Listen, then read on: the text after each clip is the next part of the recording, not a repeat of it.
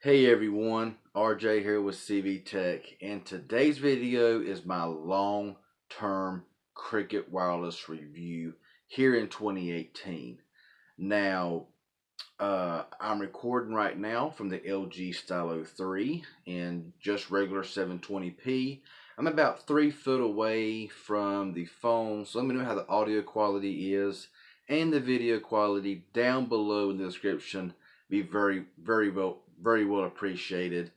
I'm going to go ahead and just give you my real honest thoughts of Cricket Wireless. Now, I have used multiple, and when I say multiple, I mean all but just a few prepaid carriers, postpaid carriers in my time since I started doing cell phones. And so I'm not saying, that I prefer one over the other. So this right here is a real review of Cricket Wireless. And what I did was I wrote down some things here because I tend to veer off track. So I figured writing it all down, I would get everything said I want to say. So first thing that I want to talk about here with Cricket that I think is really nice is the plans. Now the plans, they range in price. So I want to give you a rundown of the plans and tell you what I think about them. Now, the first plan they have is just a normal talk and text plan that is 25 bucks a month. Now, all of these here are taxes and fees included in. So if it's 25 bucks a month, 25 bucks is what you pay. The next plan is 30 bucks a month, and that is for unlimited talk, text, and 2 gigabytes of high-speed data. So if you're somebody who does not use a lot of data, I think that $30 a month is a very fair deal with the network that you're getting. The next plan is 40 bucks a month. It gives you unlimited talk, text, and it gives you 5 gigabytes of high-speed data. So a pretty good jump there from 30 to 40, going from 2 to 5. Pretty good deal. Now, if you want unlimited, they do have a $55 a month option. Now, some of these plans here do offer auto pay credits. However, the one for 25 does not offer it, and the one for 30 is not eligible as well. The auto pay starts at the plan for $40. So the $55 plan is unlimited talk, text, and data, which is called the Unlimited 2 plan. And you pay $55 a month or $50 straight out with auto pay. Now, the biggest problem that I have noticed with the $55 plan is that you only get 3 megabits per second, which some may be just fine with that. Me, it's nowhere near fast enough for what I need it to do with YouTube uploading, all that kind of stuff, live streaming, and all of that. So it's $55 a month or $50 with auto pay. You get video streaming at SD quality 480. They do have a stream more feature in their settings. It's in there deep. You gotta go in there and find it and dig for it.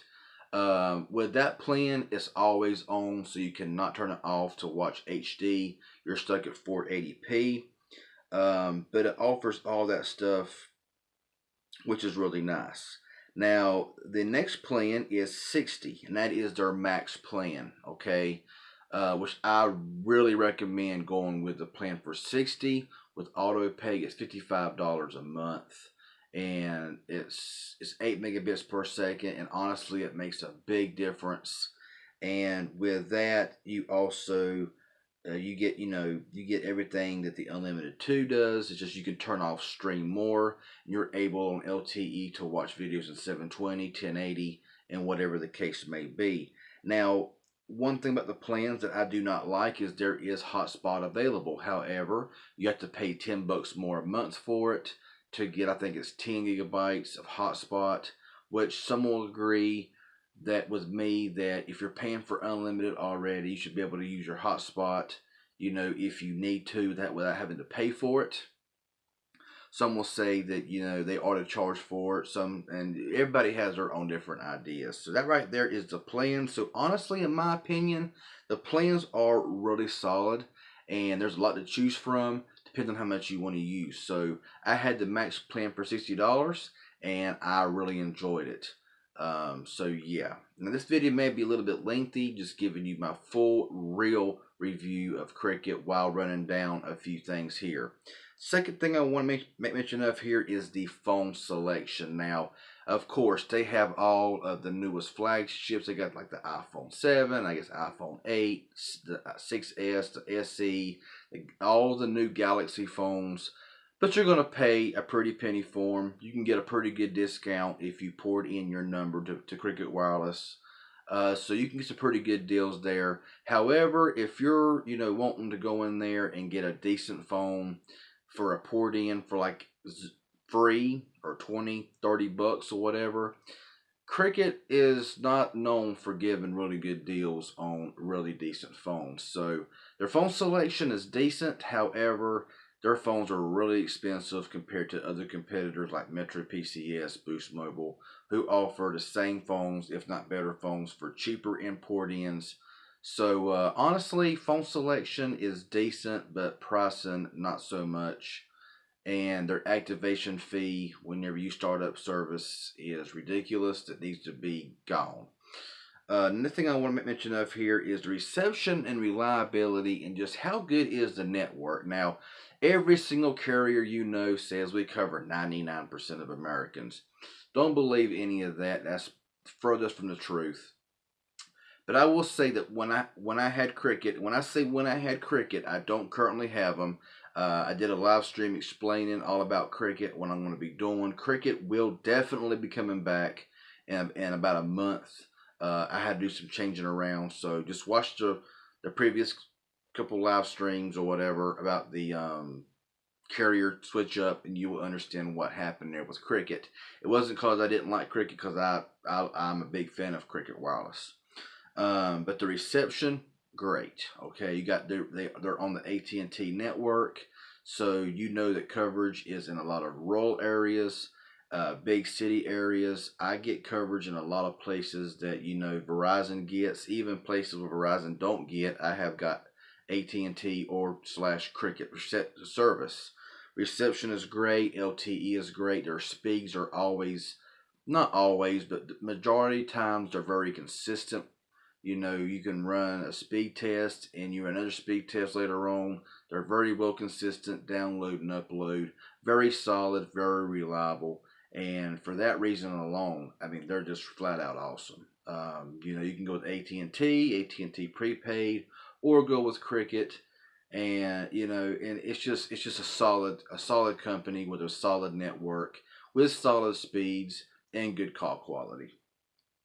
How is customer service? Now, customer service has improved over what it was 6 months, a year ago, even 6 months ago.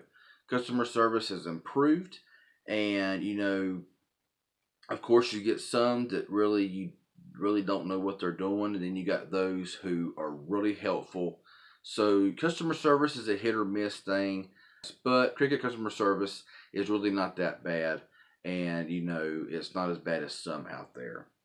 And to wrap this up, I mean, my experience with Cricket is, yes, I live in an area where I'm way back in the sticks, and I really had a hard time with voice quality or voice reception here in my house. I have a number of unlocked phones, a few Cricket branded phones, and only 1 or 2 phones would actually make a phone call if I had it sitting in a tripod where it was sitting up.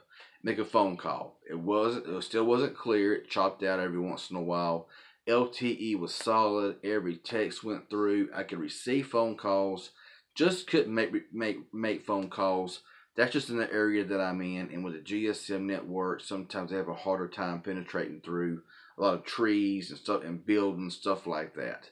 But I gotta say, I had auto pay set up. My bill came out every month. There was no confusions. There was no cutoffs.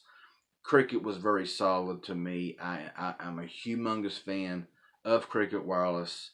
I just wish they would do a few things different, like have better phone promotions, where they would have Wi-Fi calling on all their phones instead of just a select few phones. Hotspot, maybe that's if hotspot was included. instead of having to pay $10 a month added on to your unlimited plan that you're already paying.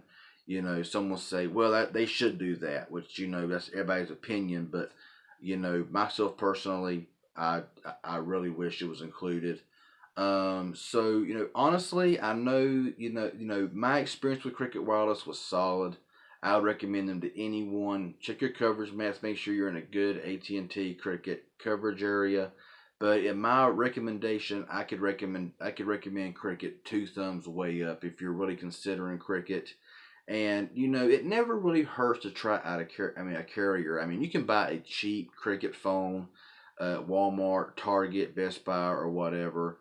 Slap $30 on there and try them out for 1 month. I mean, nothing says that you got to,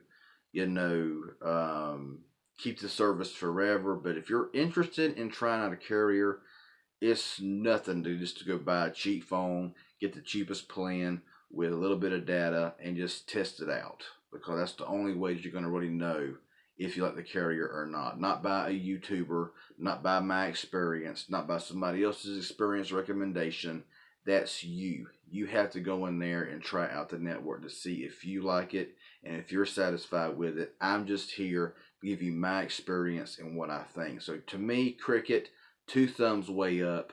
I highly recommend the carrier. If this was helpful and informative in any way, hit that like button. Any questions that you may have, leave it below, and subscribe if you haven't. That'd be really well appreciated. Hit that bell for further notifications. That would be awesome. Y'all have a good one, and thanks for watching.